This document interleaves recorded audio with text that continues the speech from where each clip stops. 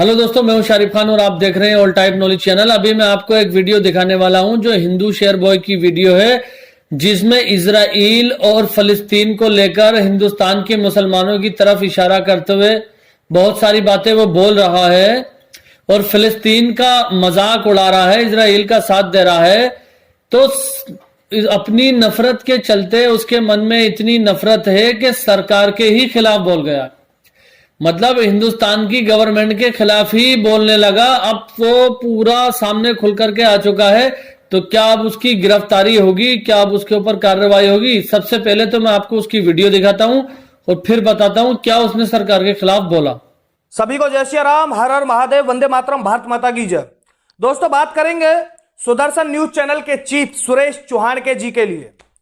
अभी पंचर छापों ने एक ट्रेंड चला रखा है ट्विटर पे। चौहान जी के लिए एक ट्रेंड चलाया जा रहा है जिस ट्रेंड का नाम है अरेस्ट सुरेश चौहान के।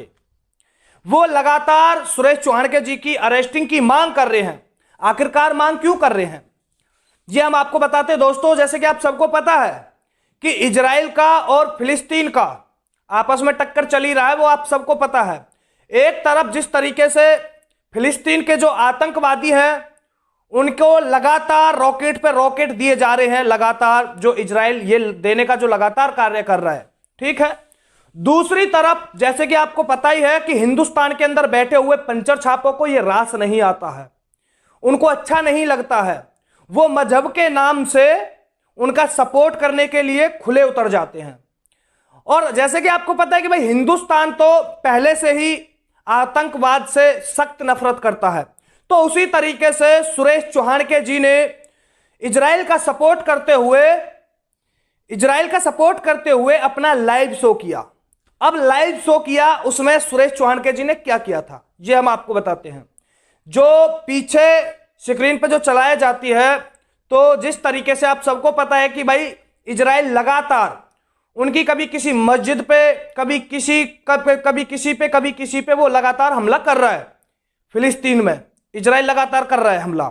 तो वो चीज सुरेश चौहान जी ने थोड़ा एडिट करके अपने उस पे दिखा दिया, सुदर्शन न्यूज चैनल के उस पे दिखाने के बाद, मतलब वो अपने लाइव शो कर रहे थे, पीछे वो चल रहा था बैकग्राउंड में, ठीक है। उसमें क्या होता है कि एक गुंबद होती है और गुंबद के ऊपर 2-3 रॉकेट आते हैं, बढ़ा के बीत जाते हैं। तो इस तरीके से अब यहां के जो पंचर छाप हैं उनको बिल्कुल भी रास नहीं आई और उन्होंने सुरेश चौहान जी पे सुदर्शन न्यूज चैनल पे एफआईआर पे एफआईआर ठुकवा दी। दिक्कत यह है कि सुरेश चौहान जी ने और सुदर्शन न्यूज चैनल ने इजराइल का सपोर्ट किया है। प्रॉब्लम यहां पे है, समझ गए मेरे भाइयों? प्रॉब्लम यहां पे है कि इजराइल का सपोर्ट किया। प्रॉब्लम यह नहीं है कि वो गुंबद पे वो रॉकेट चला गया तो उससे प्रॉब्लम हुआ है, उससे प्रॉब्लम नहीं है, वो तो एक बहाना है। असली बात तो इजराइल और फिलिस्तीन की बात जो है, जो कि इजराइल का जो सपोर्ट किया सुरेश चौहान जी ने, यह है सच्ची बात। तो और दुख इस चीज का है, दुख इस चीज का नहीं है कि गुंबद पे एक आध रॉकेट चला गया और गुंबद के हो गया। तो मेरे भाई, मैं कहना चाहता हूं ज्यादा से ज्यादा सुरेश चौहान जी के लिए सपोर्ट कीजिए। सुरेश चौहान जी को बिल्कुल भी अरेस्टिंग नहीं होने देंगे। तो सुरेश चौहान के बारे में जो अभी आपने देखा इस वीडियो में, ये बोल रहा था कि उसने बहुत अच्छा किया, उसने ऐसा किया, उसने ये दिखाया और भारत तो इजराइल के साथ था और जो फिलिस्तीनी लोग हैं वो आतंकवादी हैं।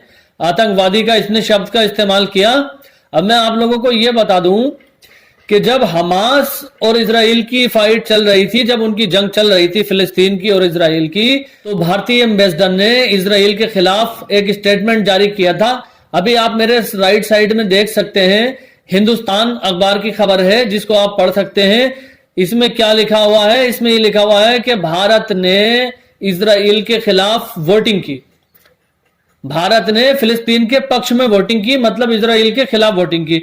और भारतीय एम्बेसडर ने जब ये बयान दिया था, जब जंग जारी थी, कि हम इजराइल के इस हमले का खंडन करते हैं और इजराइल का ये हमला पूरी तरह से गलत है।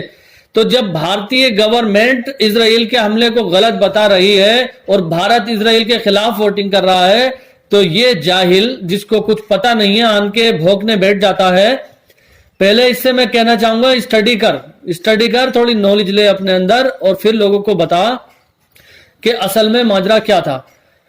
हमास की और इजराइल की जब फाइट चल रही थी, जब जंग हुई थी, तो भारत के एम्बेसडर जो है वहां पर तैनात थे, क्योंकि इंडिया का और बाकी सारे देशों का हर एक एम्बेसडर हर एक देश के अंदर होता है, जो विदेशी दूतावास में होता है। आप लोग ये बात जानते ही होंगे।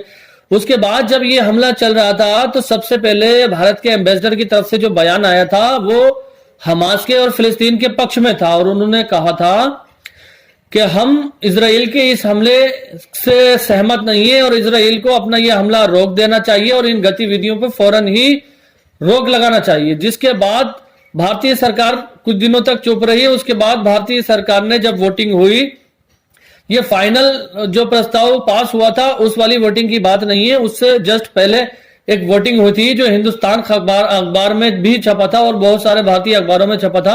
अभी जो मैं आपको दिखा रहा हूं ये हिंदुस्तान अखबार की स्क्रीनशॉट है, ठीक है।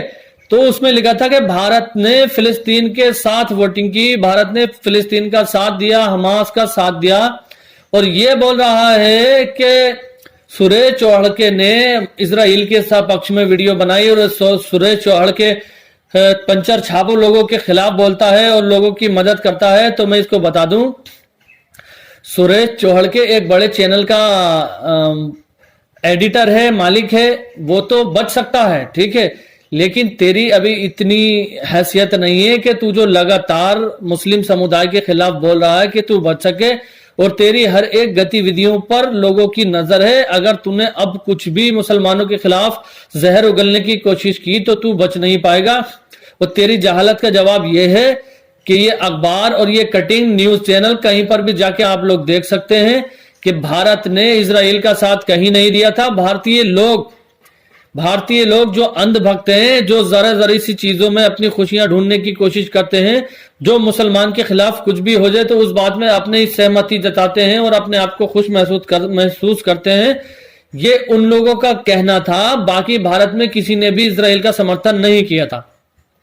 भारत शुरू से ही अपने इजराइल उसके फिलिस्तीन के साथ होने का इजहार लगातार अंदरूनी तौर पर कर रहा था, खुल के सामने वोटिंग में आया था।